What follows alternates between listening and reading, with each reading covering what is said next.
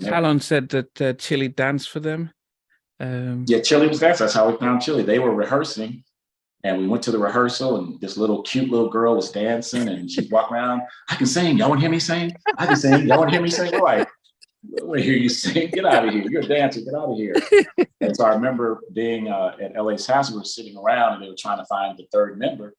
And somebody said, "What about that little cute girl that was like talking about she could sing?"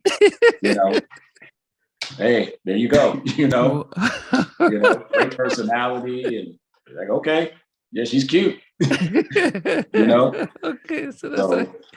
yeah, that was her thing. Want to hear me sing? I can sing. Want me to sing for you? But no, we don't want you to sing. So, the other question, funny girl, crazy funny. That girl's funny. She could be a comedian. That girl's funny. Is that Chili? Chili, oh my God. Yeah, she's always dancing. Have you in tears? Yeah. In tears. My goodness. But how was it going from because when they first came out, because I was in Nigeria when they came out with, the sort of the baggies, the mixed crops, they were just that sort of almost like hip hop kind of stuff. I'm the T. T-bar. I'm the leggy, left eye. I'm the hand to be the cheers. And that is, I'm the TLC tip. And then they go from Ooh and a Crazy Sexy Tip to Crazy Sexy Cool, and almost like a wait. Did you guys get involved with the image change, or was it just like, yeah, whatever, we just write the songs like special? No, I didn't. I wasn't an image guy. Kenny in LA had a pretty good eye. I never had an eye for image, but a lot of that was TLC. Tion contributed a lot to the music. Tion's voice is so unique. We didn't sound like anybody, and it was because of Tion. Chili was the person who did a lot of the dancing and the choreography. I think my biggest contribution to the first album was the baggy clothes with the colors and the condoms and the Band-Aids and the little neat stuff I used to do with my glasses and my hat. I contributed a lot to the image. You know what I'm saying? They knew what they wanted. They knew what they didn't want. They didn't want to be what everybody else was doing. Wow. I remember we were in the studio once, and they were saying, Ella and Kenny were saying, well, Missy Elliott has this song, she wants y'all to hear. I remember T-Boz going, well, it's a hit. She said, but it's not a TLC song. She said, I don't want to do it just because Missy Elliott wrote it. And I was like, wow, I was just listening. I was like, I like that. She didn't want to take the hit because she said, yeah, it's a hit, but it doesn't sound like TLC. And she didn't want to do it just because she wanted it to be genuine. She wanted it to come from them. Yeah. She wanted it to be a TLC song. And I admired her honesty about that, because it wasn't about just grabbing another hit record. And Missy was hot at the time. Yeah.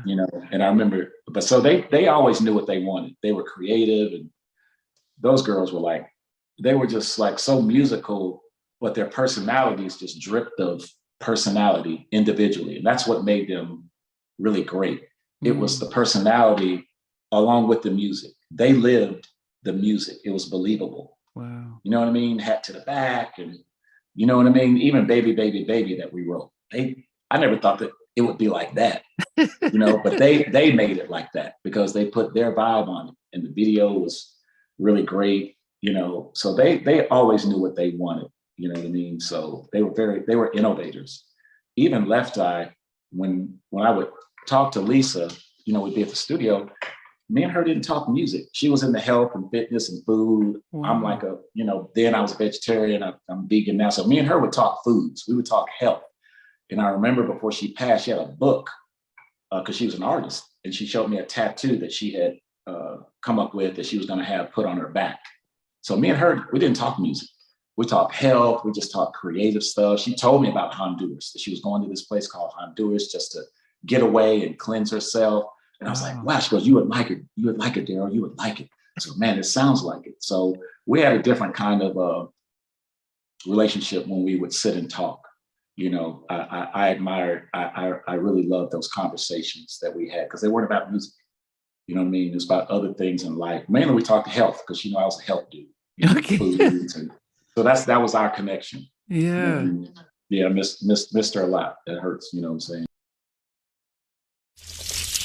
I'm in the feeling that your name, like you just came. exploded like a supernova, fully loaded, mentally corroded with episodes of you and I. Missing you, woo! Wishing you will always be mine, oh my.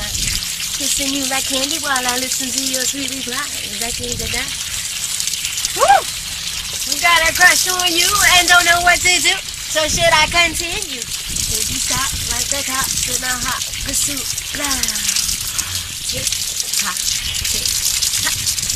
Hot and fucked up one. I love to get together. Fucked up two. This one's for me and one's for you.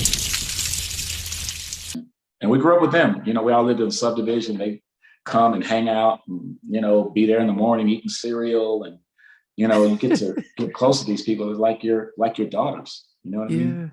You watch them come from nothing to being what they became.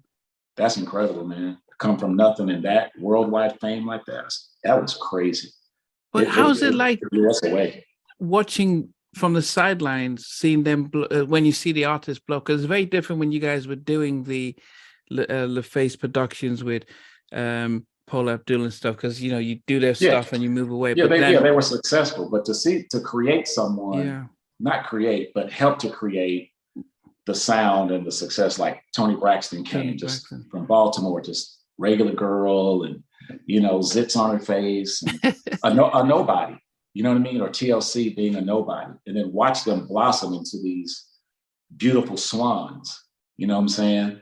It's that, to me, that blows me away, knowing where they started. TLC, we didn't really realize what we were getting ourselves into.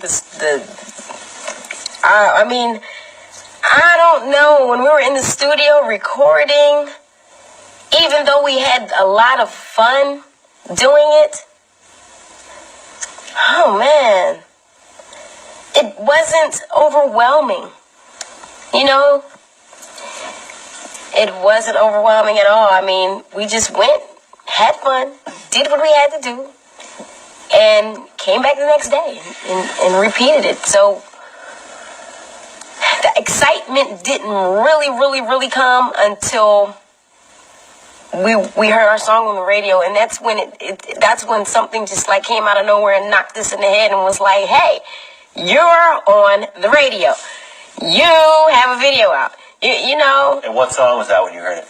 It was Ain't Too Proud to Beg. I'll never forget it.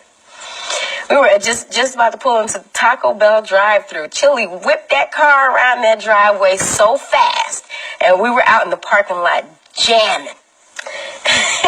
Door wide open. Music as loud as we could pump it, and we was just like, oh yeah, that's our song. Man, we went into Taco Bell. No one knew who we were. But we knew our song was just on the radio, and we're just standing in line, smiling, and so excited, you know, and just looking around at everybody else like they're going to know it soon. They're going to know who we are. Thanks for watching. Please remember to subscribe to the channel, but most importantly, to press the notification bell so that you can be notified when we do have a new interview. Loads to come, but thanks a lot for watching.